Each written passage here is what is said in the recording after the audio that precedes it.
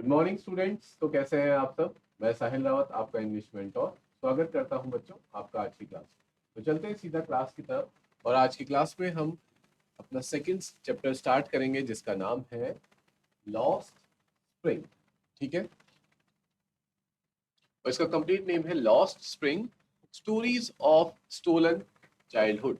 तो सबसे पहले इसके नाम को समझेंगे। ठीक है, स्प्रिंग क्या होता है। स्प्रिंग होता है बच्चों वसंत का महीना, जो पूरे साल भर का सबसे बेस्ट हम कह सकते हैं मंथ होता है, क्योंकि इस वक्त क्या होता है, फूल खिलते हैं और एक नई बहार आती है पूरे नेचर में, कुदरत में, प्रकृति में। तो ऐसे वक्त को हर कोई एंजॉय करता है और सबका फेवरेट होता है ये मौसम, कह सकते हैं हम, या फिर जो पीरियड ऑफ टाइम होता है, स्पैन ऑफ टाइम होता है, ये सबका फेवरेट होता है। लेकिन इसके आगे लिखा गया है लॉस्ट। लॉस्ट का मतलब कोई चीज जो खो चुकी है। ठीक है, इसके आगे लिखा है लॉस्ट, यानी कि वो चीज खो चुकी है।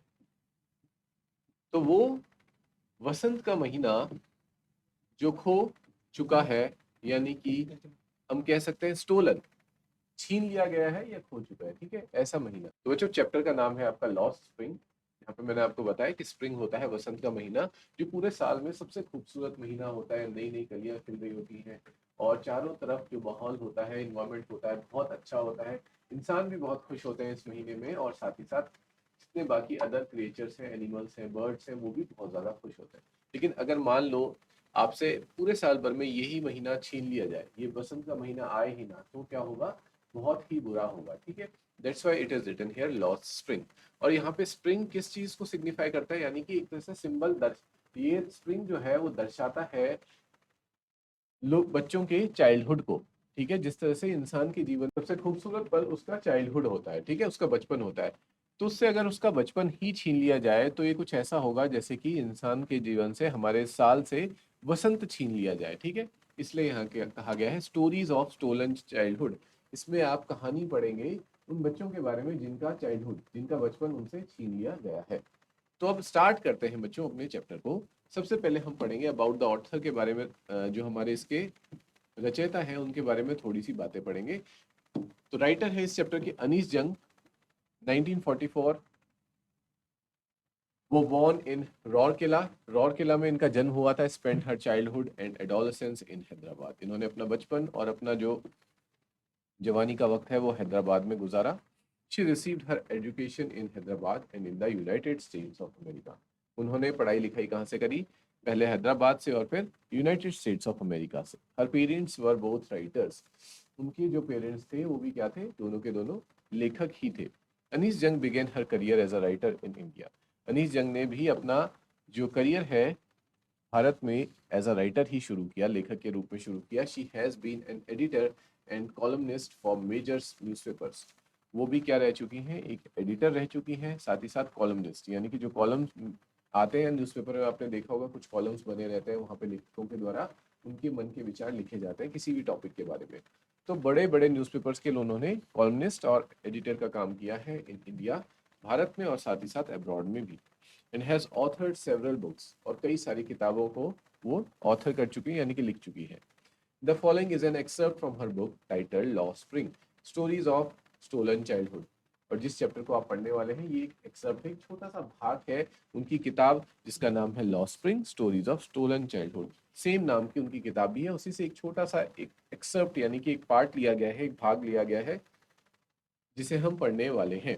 हेयर शी एनालाइजेस, इस चैप्टर में वो क्या करती है, एनालाइज करती है, एक आंकलन करती है, अवलोकन करती है कि किस तरह से पुअर्टी जो है, गरीबी है, वो हमारे समाज के कुछ लोगों को क्या कर रही है, ग्राइंड कर रही है, पीसती चली जा रही है। ठीक है, लोग गरीबी के नीचे पिस रहे हैं। ट्रेडिशंस, और जो ट्रेडिशंस चले आ रहे हैं, जो रीति रिवाज चले आ रहे हैं, और गरीबी के कारण लोग अभी भी पिस रहे हैं, विच कंडेम दीज चिल्ड्रन, जो इन बच्चों को, कंडेम करना मतलब रोकते हैं, to live a life of exploitation, to a life of exploitation, यानी कि एक्सप्लॉयट करना होता है मतलब शोषण करना। ये वो पॉवर्टी और ट्रेडिशंस बच्चों को क्या कर रही है, एक्सप्लॉयट कर रही है, उनका शोषण कर रही है। ठीक है, तो अब स्टार्ट करेंगे बच्चों इस स्टोरी को।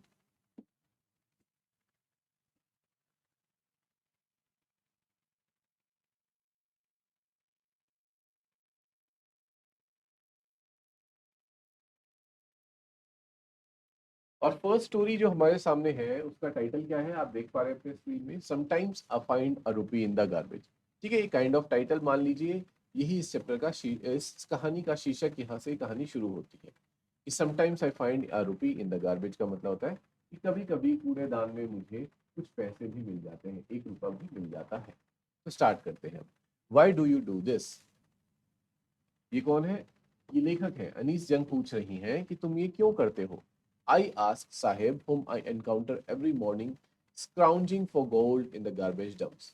और अनीस जंग ये किससे पूछती है? ये पूछती है साहिब से। साहिब कौन है बच्चों? जिससे वो रोज मिलती है। एनकाउंटर करना मतलब रोज उससे मुलाकात होती है मेरी, हर सुबह। स्क्राउंजिंग फॉर गोल्ड, जो क्या ढूंढ रहा है कूड़ेदान में, क्या ढूंढ रहा है? गोल्ड। गोल्ड का मतलब सोना नहीं है, गोल्ड का मतलब है कि कुछ इंपॉर्टेंट चीजें, कुछ कीमती चीजें वो ढूंढ रहा होता है गार्बेज डंप्स में, जहाँ कूड़े का ढेर होता है, ऑफ माई नेबरहुड। और ये कूड़े का ढेर कहाँ है? अनीस जंग जहाँ रहती है उन्हीं के बगल में कूड़े का ढेर है। Sahib left his home long ago. Sahib अपना घर छोड़ के बहुत पहले यहाँ आ गया था। She said amidst the green fields of Dhaka. और वो कहाँ से आया? ढाका, जो कि बांग्लादेश में है बच्चों, वहां से वो अपना घर छोड़ के काफी पहले यहाँ आ चुका है। His home is not even a distance memory. और जो उसका घर की यादें हैं वो ऐसा भी नहीं कि बहुत पहले की बात हो, काफी वक्त हो चुका है उसको। नॉट इवन, बहुत ज्यादा वक्त नहीं हुआ है। There were many storms that swept away their fields and homes. जब वो याद करता है तो बताता है कि उनका घर कैसे उजड़ा। काफी सारा तूफान आया था, आंधी तूफान आया था, और उनके फील्ड्स को, यानी कि जो उनके खेत हैं, उनको उजाड़ के चला गया, और उनके घरों को भी उसने क्या कर दिया? बेघर कर दिया। His mother tells him. और ये बातें साहिब को किसने बताई हैं? उसकी मदर ने बताई हैं। उस वक्त हो सकता है साहिब छोटा रहा, उसे याद ना हो कि उस वक्त क्या हुआ था और क्यों उनको घर छोड़ के आना पड़ा, लेकिन ये मदर जो है साहिब की, वो सारी बातें उन्हें बताती हैं। और वो बताता है किसको? ऑथर को, अनीस जंग को। That's why they left. और इस वजह से वो वहां से अपना घर छोड़ करके आ गए, looking for gold in the big city. Gold in the big city का मतलब है सोना ढूंढने नहीं आए, लेकिन कहने का तात्पर्य ये है कि वो यहाँ पे पैसे के कारण आए। ठीक है, कि शायद कुछ थोड़ा बहुत पैसे कमा सके, कुछ रोजगार वो उनको मिल सके, ताकि वो अपना परिवार का पालन पोषण कर सके इन द बिग सिटी। क्योंकि बड़े शहर में रोजगार के मौके मिल जाते हैं, वेयर ही नाउ लिव्स। और अब वो वहीं पे रहते हैं, अब वही उनका घर बन चुका है।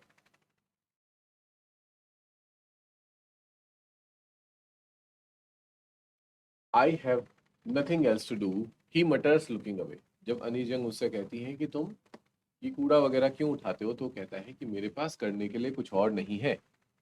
ही मटर्स यानी कि बुदबुदाती हुई आवाज में कहता है, और इधर उधर देखने लगता है। इस पर नीजन कहती है कि गो टू स्कूल, तो स्कूल चले जाओ। I say glibly, realising immediately how hollow the advice must sound.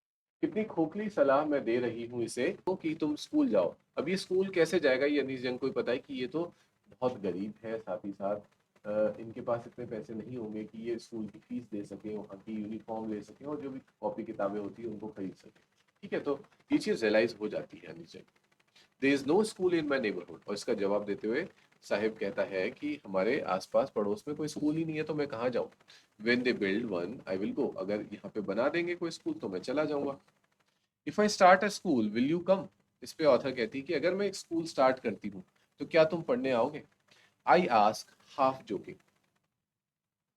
और मैंने ये कैसे पूछा? सीरियस वे में नहीं पूछा, मजाक करते हुए। कंडीशन जो है, क्योंकि स्कूल स्टार्ट करना तो कोई छोटी मोटी बात नहीं है बच्चों, है ना? Yes he says smiling broadly. और वो स्माइल करते हुए कहता है, यस मैं वहां पे आऊंगा। A few days later I see him running up to me. और कुछ दिनों के बाद मैं उसे देखती हूँ कि वो मेरी ओर दौड़ता चला आ रहा होता है। और वो पूछता है कि इज योर स्कूल रेडी? क्या आपका स्कूल बन के तैयार है? It takes longer to build a school. और फिर क्योंकि अनीस जैन के पास कुछ कहने के लिए जवाब नहीं था, वो क्या जवाब देती? तो कहती है कि बेटा स्कूल को बनने में थोड़ा वक्त लगता है। आई से एम्बेरेस्ड। और साथ ही साथ वो शर्मिंदा भी थी eight having made a promise that was not meant. क्योंकि उन्होंने एक ऐसा वादा कर दिया था एक बच्चे को जो कि वो पूरा नहीं कर सकती थी। But promises like mine abound in every corner of his bleak world।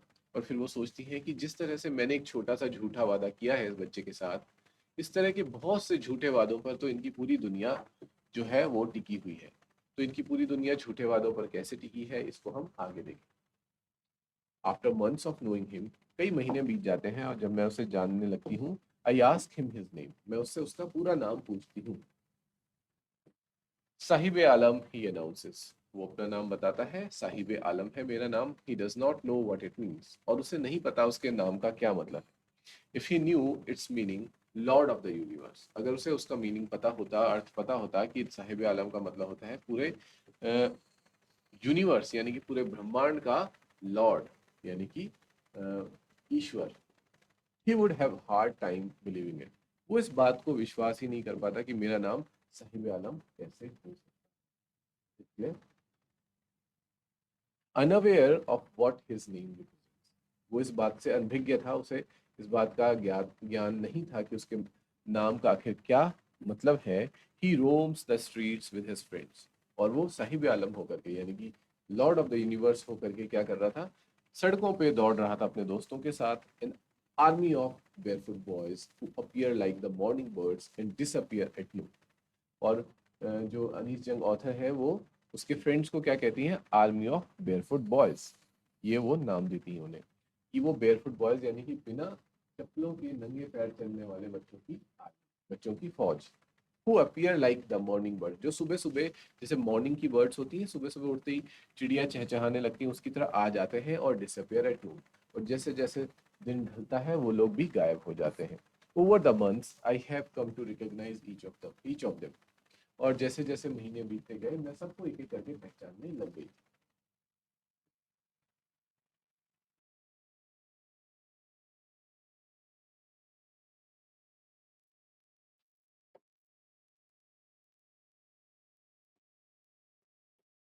Y are not you wearing your chappals, I ask one, मैं उनमें से एक से पूछती हूँ कि तुम अपने अपनी चप्पल क्यों नहीं पहनी। My mother did not bring them down from the shelf, तो उस पर एक बच्चा कहता है कि मेरी मदर उन्हें शेल्फ के ऊपर रखती, उन्हें वहां से नीचे उतारती ही नहीं है, तो मैं कैसे पहनूंगा। ही आंसर सिंपली, ठीक है, बहुत ही सरल तरीके से वो इस बात का जवाब देता है।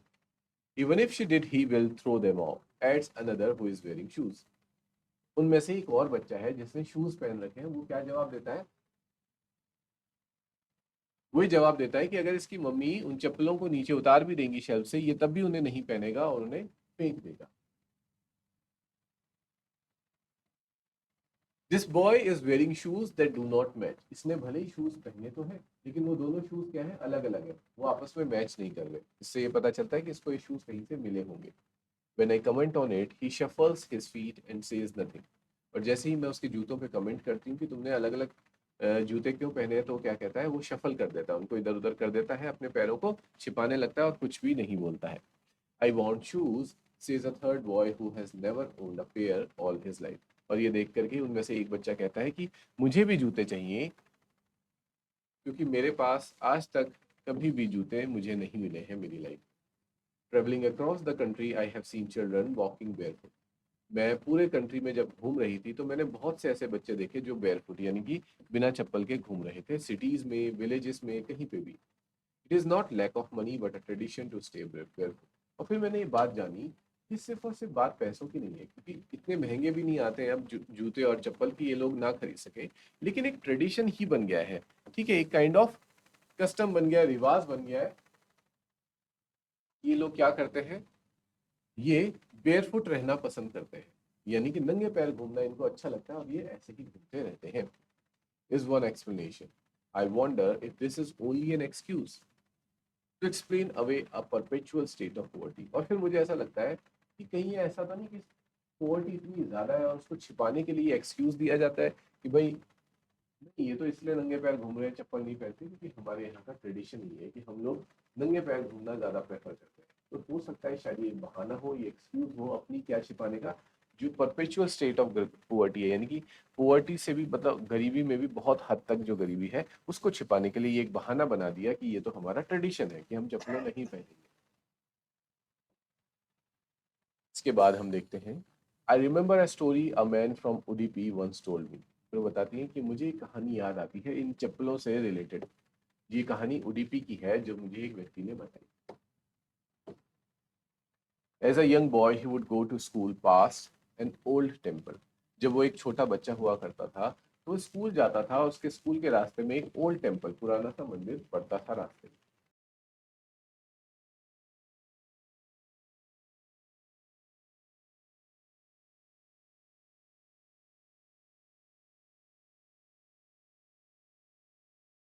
Where his father was a priest, और उस ओल्ड टेम्पल में उसके जो फादर थे वो क्या हुआ करते थे, प्रीस्ट हुआ करते थे, पंडित हुआ करते थे।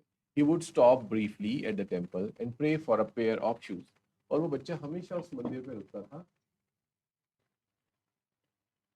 बच्चा हमेशा उस मंदिर पे रुक करके थोड़ा सा रुकता था और अपने लिए प्रार्थना करता था कि उसे एक पेयर ऑफ शूज मिल जाए। 30 years later I visited his town, 30 साल बाद जब उसने मुझे कहानी सुनाई तो मैं उसके टाउन में जाती हूँ, एंड द टेम्पल, और उस टेम्पल में भी जाती हूँ जिस जो टेम्पल उसके स्कूल के रास्ते में आता था, which was now drowned in an air of desolation, जो कि अब पूरी तरह से क्या हो चुका था, डेजोलेशन का मतलब होता है बच्चों एकदम खंडर हो चुका था। In the backyard where live the new prince, और उसके बैकयार्ड में पीछे ही एक नया प्रीस्ट अब रहता था। There are red and white plastic chairs, और वहां पे लाल और सफेद रंग की प्लास्टिक चेयर्स रखी थी।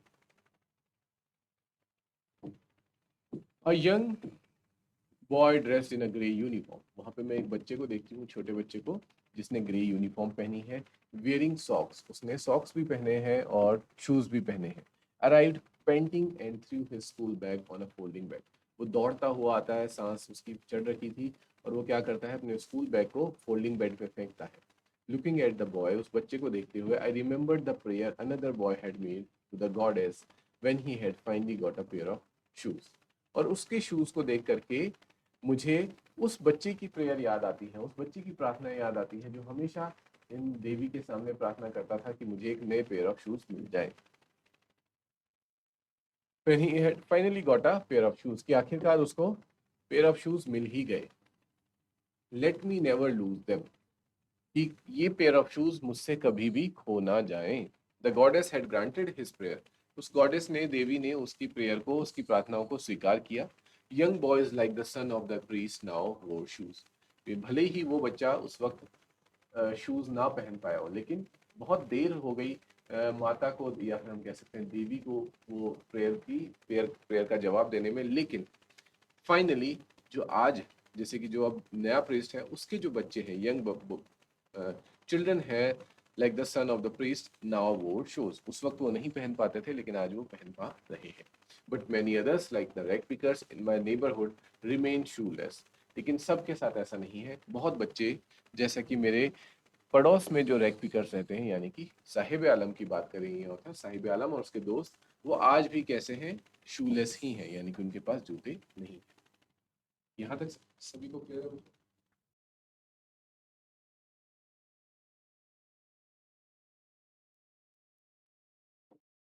आगे बढ़ते हैं बच्चों।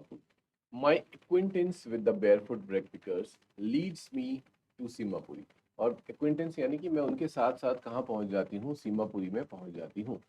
अब सीमापुरी के बारे में वो बताएंगी कि place on the periphery of Delhi, जो सीमापुरी ये जगह है ये कहाँ है, दिल्ली के पेरिफ्री में, यानी कि हम कह सकते हैं दिल्ली का जो आउटर एरिया है बच्चों, पेरिफ्री होता है बाउंड्री, उसके बाहर वाले एरिया में ये जगह मौजूद है। Yet miles away from it, पर दिल्ली के बाहर है लेकिन दिल्ली से काफी दूर है। मेटाफोरिकली, कैसे, मेटाफोरिकली दिल्ली के पास होते हुए भी दिल्ली से दूर होने का मतलब ये है कि जिस तरह से दिल्ली जो है, ठीक है, दिल्ली काफी डेवलप्ड जगह है, वहाँ पे आप लोगों को ऐसे रैग पिकर्स देखने को नहीं मिलेंगे, या फिर आपको वहाँ ऐसे बच्चे देखने को नहीं मिलेंगे जो कि कैसे नंगे पैर घूम रहे हैं, ठीक है। वहाँ पे सब लोग थोड़ा बहुत जो कह सकते हैं हम स्टैंडर्ड ऑफ लिविंग है वो थोड़ा ठीक है, लेकिन बस दिल्ली से लगता हुआ ही है ये एरिया सीमापुरी, यहाँ पे स्टैंडर्ड ऑफ लिविंग जो है बहुत ज़्यादा डाउन है, ठीक है, बहुत लो है। इसीलिए इसे कहा गया है मेटाफोरिकली, मेटाफोरिकली में होता है मतलब कि कहने का सेंस कुछ और होता है, और आपको लगेगा लैंग्वेज से कि वो कुछ और कहना चाह रहे हैं लेकिन सेंस कुछ और वे में होता है। जैसे यहाँ कह रहे हैं कि सीमापुरी दिल्ली से, दिल्ली के पास होते हुए भी दिल्ली से बहुत दूर। Those who live here are squatters who came from Bangladesh back in 1971। Squatters का मतलब है बच्चों रेफ्यूजी, ठीक है, ये वो रेफ्यूजी लोग जिन्होंने रेफ्यूज लिया था 1971 के वॉर के टाइम, ये लोग बांग्लादेश से भाग करके भारत आए थे। Saheb family is among them, और साहिब की फैमिली भी उनमें से एक है। Seemapuri was then a wilderness, Seemapuri उस वक्त क्या हुआ करता था, विल्डरनेस, यानी कि पूरा जंगल ही हुआ करता था। आई इट स्टिल इज, और अभी भी वैसा ही है। But it is no longer empty, लेकिन अब ये खाली नहीं है, ठीक है, यहाँ बहुत सारे लोग बस चुके हैं। It's structures of mud with roofs of tin and template. यहाँ पे क्या है, मड के स्ट्रक्चर्स बन गए हैं, यानी कि जो लोग यहाँ पे रह रहे हैं वो मिट्टी के घरों में रह रहे हैं। रूफ छत जो है उनके, उन्होंने टिन और टार्पलिन के छत बना रखे हैं। डिवॉइड ऑफ सीवेज, और सीवेज वगैरह का यहाँ पे कोई भी सिस्टम नहीं है। डिवॉइड का मतलब लैकिंग है यहाँ पे, ठीक है, सीवेज सिस्टम का। ड्रेनेज, यहाँ पे प्रॉपर ड्रेनेज नहीं है, और रनिंग वाटर, जो पानी बरसात का पानी आता है उसका भी निकास का कोई भी प्रॉपर चैनल नहीं है। लिव 10,000 रेक्टिकल्स, और यहाँ पे सब रेक्टिकल्स ही हैं। और कितने हैं इनकी तादाद, 10,000 के around. They have lived here for more than 30 years, और ये यहाँ करीब पिछले 30 साल से रह रहे हैं। विदाउट एन आइडेंटिटी, बिना किसी पहचान के। विदाउट परमिट्स, ना इनके पास कोई परमिट है यहाँ आने का। बट विद राशन कार्ड, लेकिन सिर्फ क्या है, एक राशन कार्ड इनको मिल गया है, that get their names on voter list, जिस वजह से इन लोगों का जो नाम है वो वोटर लिस्ट पे आ जाता है। And enabled them to buy grain, और ये उस राशन कार्ड की मदद से क्या कर सकते हैं, ग्रेन यानी कि अनाज खरीद सकते हैं। Food is more important for survival than an identity. ये कह रही हैं कि ये लोग तब भी खुश हैं, और खुश क्यों हैं, क्योंकि जो भोजन है, फूड है, वो ज़्यादा ज़रूरी होता है एक इंसान के लिए। अगर उसे जीवित रहना है, सर्वाइव करना है, तो खाना ज़रूरी है। उसकी आइडेंटिटी उतनी मैटर नहीं करती, ठीक है, क्योंकि आइडेंटिटी भी तभी रहेगी जब आप सर्वाइव करेंगे। अगर आप सर्वाइव ही नहीं कर पा रहे हैं, आपके पास खाने के लिए है ही नहीं कुछ, तो आपका आइडेंटिटी से कोई लेना देना नहीं होता। If at the end of the day we can feed our families, वो कहते भी हैं इस बात को, कौन, सीमापुरी में रहने वाले रेड पिकर्स, कि भाई दिन खत्म होते होते अगर हम अपनी फैमिली का पेट भर पा रहे हैं, and go to bed without an eating stomach. Eating stomach का कहने का मतलब है कि हम अपने बिस्तर में सोने जब जा रहे हैं तो हम भूखे नहीं सो रहे हैं। We would rather live here, तो हमें यहीं रहना पसंद है, क्योंकि हम एटलीस्ट यहाँ भूखे नहीं मर रहे हैं। Than in the field that gave us no grain, बल्कि अगर इसके बजाय हम अपने घरों में बांग्लादेश में ही रहते, तो वहाँ हमारे पास खाने के लिए कुछ खाना नहीं था। वहाँ हमारे पास हमारी आइडेंटिटी होती, सब चीज़ें होती, ठीक है, हम कहने के लिए कह सकते थे कि हम इस जगह से बिलोंग करते हैं। लेकिन जब खाना ही नहीं होता, हम सर्वाइव ही नहीं कर पाते, तो क्या करना था ऐसे अपनी जगह में रहने का। There's a group of women in tattered sarees when I asked them why they left their beautiful land. और ऐसा कौन कह रही है, ऐसा कुछ औरतें कह रही हैं जिन्होंने बच्चों फटी पुरानी साड़ियाँ पहनी हैं, और जब ऑथर की मुलाकात उनसे होती है, ऑथर ये पूछती है कि तुमने अपना, इतनी खूबसूरत जो जमीन थी तुम्हारी, वो तुमने क्यों छोड़ी, और of green fields and reverse, वहाँ पे तो हरे भरे तुम्हारे मैदान थे, क्या बोलते हैं, खेतों के खेत थे, और वहाँ पे खूब सारी नदियाँ थी। Where they find food, they pitch their tents that become transit home. तो कहते हैं कि वहाँ पे सब था, लेकिन वहाँ खाने के लिए खाना नहीं था, और हमें जहाँ खाना मिला बन गया। Children grow up in them, हमारे जो बच्चे हैं वो यहीं पे पले बड़े हैं। हमारे सर्वाइवल में हमारे पार्टनर्स हैं, यानी कि वो भी हमारी मदद करते हैं। क्लियर बच्चों, and survival in Seemapuri means rag picking, और सीमापुरी में survival through the years it has been acquired the proportions of a fine art, और अब ये हमारे लिए क्या बन चुकी है, कला बन चुकी है, ठीक है। शुरुआत में तो हमने काम सीखा होगा, लेकिन अब धीरे धीरे हम इस काम में, इस कला में माहिर हो चुके हैं, और ये कला क्या है बच्चों, कूड़े बीनने की कला। Garbage to them is gold, हमारे लिए जो हमारा गार्बेज है वही हमारा गोल्ड है, यानी कि वही हमारा खजाना है। हम उसमें से क्या क्या चीजें नहीं ढूंढ लेते हैं। It is their daily bread, और यही हमारा डेली ब्रेड है, यानी कि यही हमारी रोजी रोटी का साधन है। A roof over their heads, और इसी की वजह से हमें हमारे सर के ऊपर छत मिल पाती है। Even if it is a leaking roof, भले ही हमारी जो छत है वो लीकिंग है, यानी कि उससे पानी नीचे आता है, पर एटलीस्ट छत तो है। But for a child it is even more. लेकिन जो बच्चे हैं उनके लिए उनका जो एक कूड़ा बीनने का कह सकते हैं आप बच्चों, एक प्रोफेशन है, वो कुछ ज़्यादा है। पेरेंट्स के लिए तो यहाँ तक सीमित है कि भाई इससे 2 वक्त की रोटी आ जाती है, और सर छिपाने के लिए छत मिल जाता है। लेकिन बच्चों के लिए ये रैक पिकिंग का जो काम है, कूड़ा बीनने का काम है, ये इसके मायने कुछ और ही हैं, कुछ और ज़्यादा है। ठीक है, अब जानेंगे हम कि बच्चों के लिए उसके क्या मायने। आई समटाइम्स फाइंड अ रूपी, इवन अ 10 रुपी नोट, साहिब से, साहिब ये कहता है कि मुझे कई बार 1 रुपए का, या फिर कई बार तो 10 रुपए के नोट भी इस कूड़े के ढेर में मिल जाते हैं। हिज आइज लाइटिंग अप, और ये देखकर उसकी आंखों में एक चमक सी आ जाती है। When you can find a silver coin in a heap of garbage, you don't stop scrounging. कि जब आपको कभी भी सिल्वर कॉइन यानी कि सिक्का जब गार्बेज में, कूड़े में मिलता है, तो आप उसे ढूंढना बंद नहीं करते। For there is hope of finding more, क्योंकि आपको एक उम्मीद होती कि शायद अगर ये मिला है तो और कुछ भी मिल सकता है, उससे आपकी उम्मीदें और बढ़ जाती। It seems that for children garbage has a meaning different from what it means to their parents. इसे देखकर ये लगता है कि जो बच्चों के लिए गार्बेज, कूड़े की जो इम्पोर्टेंस है वो अपने पेरेंट्स से भी ज़्यादा है।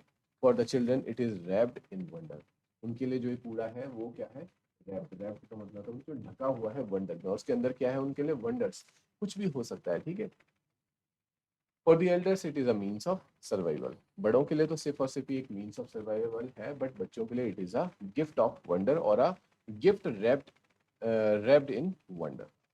One winter morning, I see Sahib standing by the fenced gate of the neighborhood club. एक दिन सर्दियों की बात है, ऑथर ये बताती हैं कि सुबह सुबह मैंने साहिब को हमारे ही पड़ोस में एक फेंस्ड क्लब, फेंस्ड गेट है, फेंस्ड गेट यानी कि बच्चों जिसके बाहर बाउंड्रीज लगी होती है, ठीक है, उसको बंद कर रखा होता है फेंसिंग लगा के, वहां पे खड़े हुए देखा। वो एक क्लब था।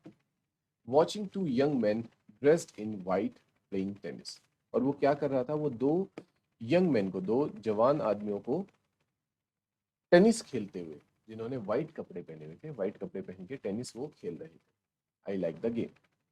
स्पेस साहिब कहता है कि मुझे ये गेम पसंद है। He hums, content to watch it standing behind the fence, और मुझे इसे देखने में बहुत मजा आता है, ठीक है। I go inside when no one is around, और मैं इस क्लब के अंदर जाता हूँ जब कोई भी आसपास नहीं होता है। ही एडमिट्स, इस बात को वो स्वीकारता है। The gatekeeper lets me use the swing, और गेट कीपर मुझे अंदर आने देता है, और यहाँ पे जो झूले रखे हुए हैं, ठीक है, वो झूलने देता है। Saheb too is wearing tennis shoes, फिर नजर पड़ती है ऑथर की साहेब के जूतों पर, जिसने भी टेनिस के शूज पहने हुए हैं। That look strange over his discoloured shirt and shorts, जो कि बहुत ही ज्यादा अजीब लग रहे थे उसके बाकी के कपड़ों के साथ, क्योंकि डिसकलर्ड यानी कि उसने जो शर्ट पहनी थी और नीचे शॉर्ट्स पहन रखे थे वो बहुत ही ज्यादा गंदे थे और पुराने थे, और उसके नीचे टेनिस के शूज बहुत देखने में अजीब लग रहे थे। समवन, और फिर साहिब कहता है कि someone gave them to me, ये मुझे किसी ने दिए हैं। He says in the manner of an explanation, और वो कुछ इसे ऐसे बताता है कि जैसे वो एक्सप्लेन कर रहा हो कि ये मेरे नहीं है बल्कि ये मुझे किसी ने दिए हैं। The fact that they are discarded, और ये किस लिए दिए गए हैं मुझे, किसी ने नए टेनिस शूज नहीं दिए हैं साहिब आलम को, बल्कि ये क्या थे, ये जो शूज है ये डिस्कार्डेड है, यानी कि रिजेक्ट हो चुके हैं, खराब हो चुके हैं, क्योंकि पुराने पड़ गए होंगे या फट गए होंगे, तो किसी ने इसको फेंकने से बेहतर क्या किया, ये साहिब आलम को दे दी। These must be the shoes of some rich boy, ये किसी अमीर लड़के के शूज रहे होंगे। who perhaps refused to wear them because of a hole in one of them, क्योंकि इसमें से एक शूज में क्या है, वैसे ये नए हैं लेकिन इनमें से एक शूज में क्या हो गया, होल हो गया, एक छेद हो गया है, जिस वजह से उस रिच लड़के ने इसे पहनने से मना कर दिया होगा कि मैं इसे नहीं पहनूंगा। इसलिए वो अब किसके पास आ गए, वो साहिब के पास आ गए। And this hole does not bother him, क्योंकि साहिब को उस होल से फर्क नहीं पड़ता, ठीक है, क्योंकि साहिल ने तो आज तक शूज ही नहीं देखे, तो अगर उसको शूज मिल जाए, भले ही उसमें चाहे एक होल हो चाहे कितने भी होल हो, उससे साहिब को फर्क नहीं पड़ेगा, वो तो उन्हें पहन लेगा। For one who has walked barefoot, even shoes with a hole is a dream come true, क्योंकि जो पूरी जिंदगी सिर्फ और सिर्फ बिना जूतों के ही इधर उधर घूमा है, उसे चाहे कोई होल वाले यानी कि फटे हुए जूते भी मिल जाए तो उसके लिए कैसा होगा, जैसे कि उसका कोई सपना पूरा हो गया। But the game he is watching so intently is out of his reach. लेकिन जिस खेल को वो बहुत ही इंटेंटली देख रहा है, यानी कि बहुत ध्यान से देख रहा है, वो उसकी रीच से, हम कह सकते हैं उसकी पहुंच से बहुत दूर है, ठीक है। क्योंकि हम सब जानते हैं, और ऐसा क्यों कह रही है, जो टेनिस है, जो गेम है, ये रिच लोगों का गेम है, ठीक, अमीर लोगों का ही खेल है, ये क्रिकेट जैसा खेल नहीं कि इसे कोई भी खेल सकता है, ठीक है, बैट और बॉल चाहिए और खेलना स्टार्ट है। टेनिस के लिए आपको प्रॉपर लॉन चाहिए, बहुत सारी चीज़ होती है, रैकेट है इसका बहुत महंगा आता है, बहुत सी चीज़ें होती हैं बच्चों, ठीक है। तो टेनिस में पहुंचने के लिए, अगर टेनिस आप टेनिस की अगर आप एकेडमी भी ज्वाइन करते हैं या टेनिस सीखना चाहते हैं तो उसकी जो फीस रहती है, वहाँ का जो क्लब होता है उसकी जो मेंबरशिप होती है वो बहुत ज़्यादा महंगी होती है। तो स्टूडेंट्स, आज हम इस चैप्टर को यहीं पे एंड करेंगे। थोड़ा ये चैप्टर रहता है जिसे हम नेक्स्ट क्लास में देखेंगे। तो मिलते हैं बच्चों नेक्स्ट क्लास में। Till then take care, have a good day and thank you.